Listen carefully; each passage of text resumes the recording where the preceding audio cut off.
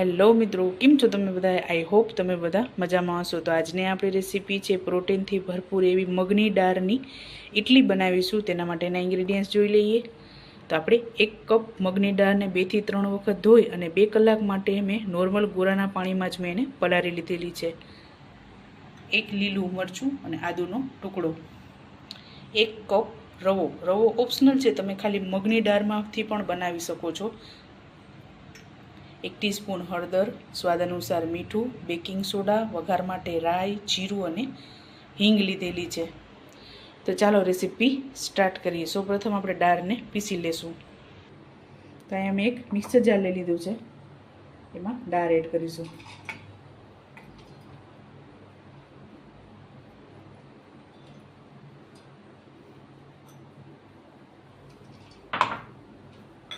ત્યારબાદ આદુ અને મરચાં એડ કરીશું.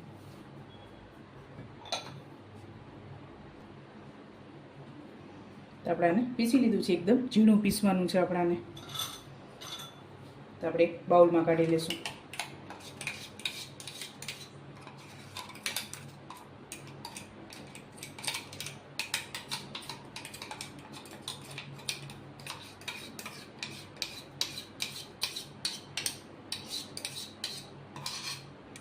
મોસ્ટ ઓફ આપણે ઇડલી નારિયેળની ચટણી સાથે ખાતા હોઈએ છીએ, પણ આપણે આ ઇડલીને આપણે છાશ સાથે સર્વ કરવાની છે. કારણ કે ઉનાળો છે, ગરમી વધારે છે, તો આ રીતે આપણે ઠંડુ કંઈક હોય તો ખાવાની ખૂબ જ મજા આવે છે. એટલે આપણે આને છાશ સાથે સર્વ કરીશું.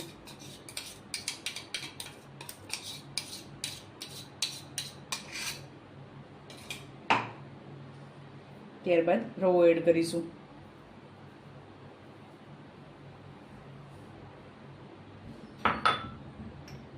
ત્યારબાદ હળદર 1 ટીસ્પૂન, સ્વાદ અનુસાર મીઠું. તો આપણે આને મિક્સ કરી લેશું.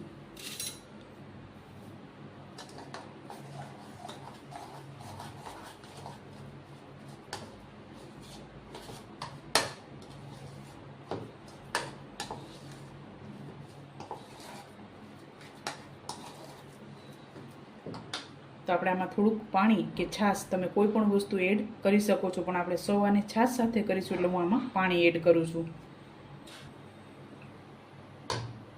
તો આપણે 4 ચમચી જેટલું પાણી એડ કરીશું.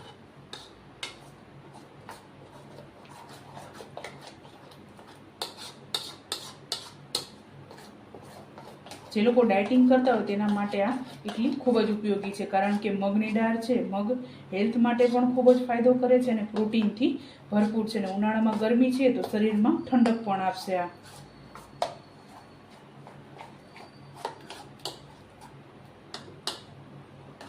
તો આપણે આ રીતે ખીરું રાખવાનું છે, થોડું જાડું રાખવાનું છે.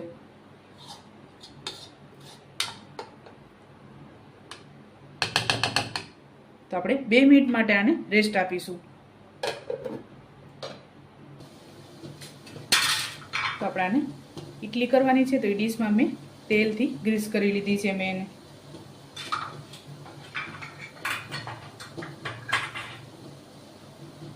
તો આપણું પાણી ઉકળી ગયું છે. તો લાસ્ટમાં આપણે બેકિંગ સોડા એડ કરીશું. થોડુંક પાણી એડ કરશું.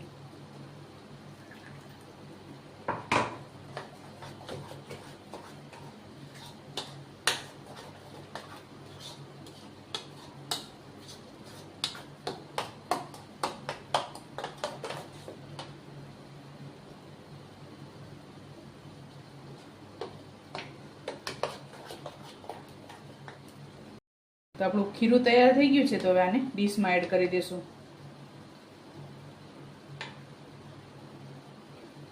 તો આપણે એકદમ નાની બનાવીશું.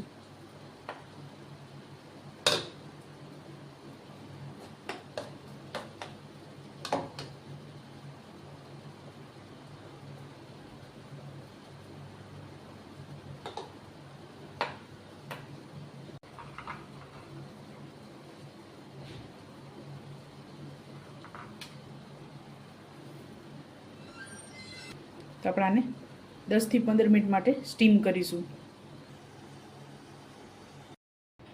તો આપણે ઇડલી તૈયાર થઈ ગઈ છે. આપણે ઠંડી થાય ત્યારબાદ એને સર્વ કરીશું. તો આપણે આ ઠંડી થઈ ગઈ છે,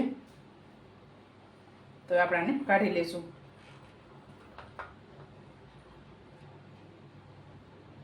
એકદમ સરસ સોફ્ટ અને એકદમ જારીવારી તૈયાર થઈ છે.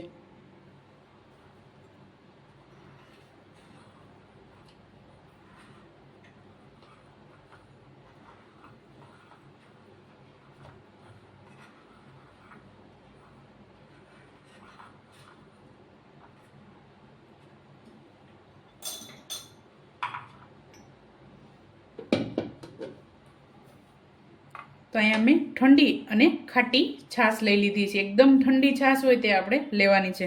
તો હવે છાશનો વઘાર કરીશું આપણે. તો વઘાર માટે મેં 1 ચમચી જેટલું તેલ ગરમ મૂકેલું છે.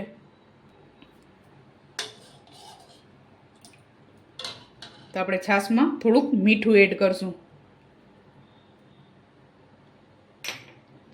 ત્યારબાદ શેકેલું જીરું, શેકેલા જીરાનો પાવડર લીધેલો છે મેં અહીંયા.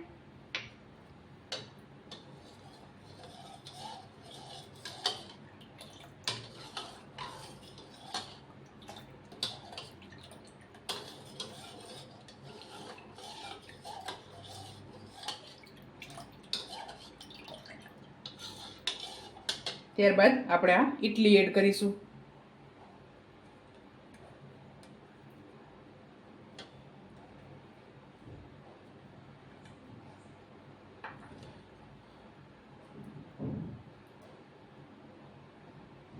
આને તમે પાણીમાં પણ બોળી શકો છો અને આ રીતે ડાયરેક્ટ છાશમાં એડ કરી અને 1 કલાક માટે ફ્રીજમાં પણ તમે રાખી શકો છો આને.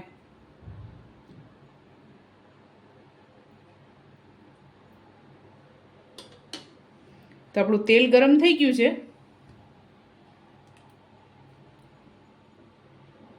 સૌપ્રથમ રાઈ, જીરું અને હિંગ એડ કરીશું.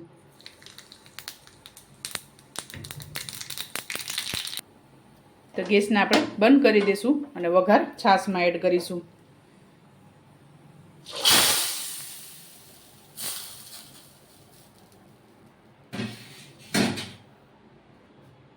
ત્યારબાદ કશ્મીરી મરચું. તો આપણે આને મિક્સ કરી લેશું.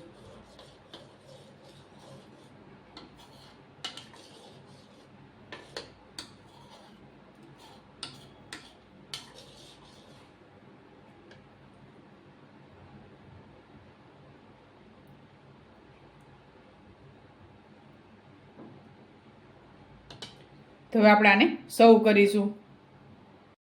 તો ચાલો મિત્રો, તૈયાર છે ઠંડી ઠંડી મગની દાળની ઇડલી. તમે પણ આ જ રીતે બનાવજો અને મને યાદ કરજો. મારા વિડીયોને લાઈક, શેર અને સબસ્ક્રાઈબ કરવાનું ભૂલતા નહીં. તો ચાલો મળીશું નેક્સ્ટ વિડીયોમાં.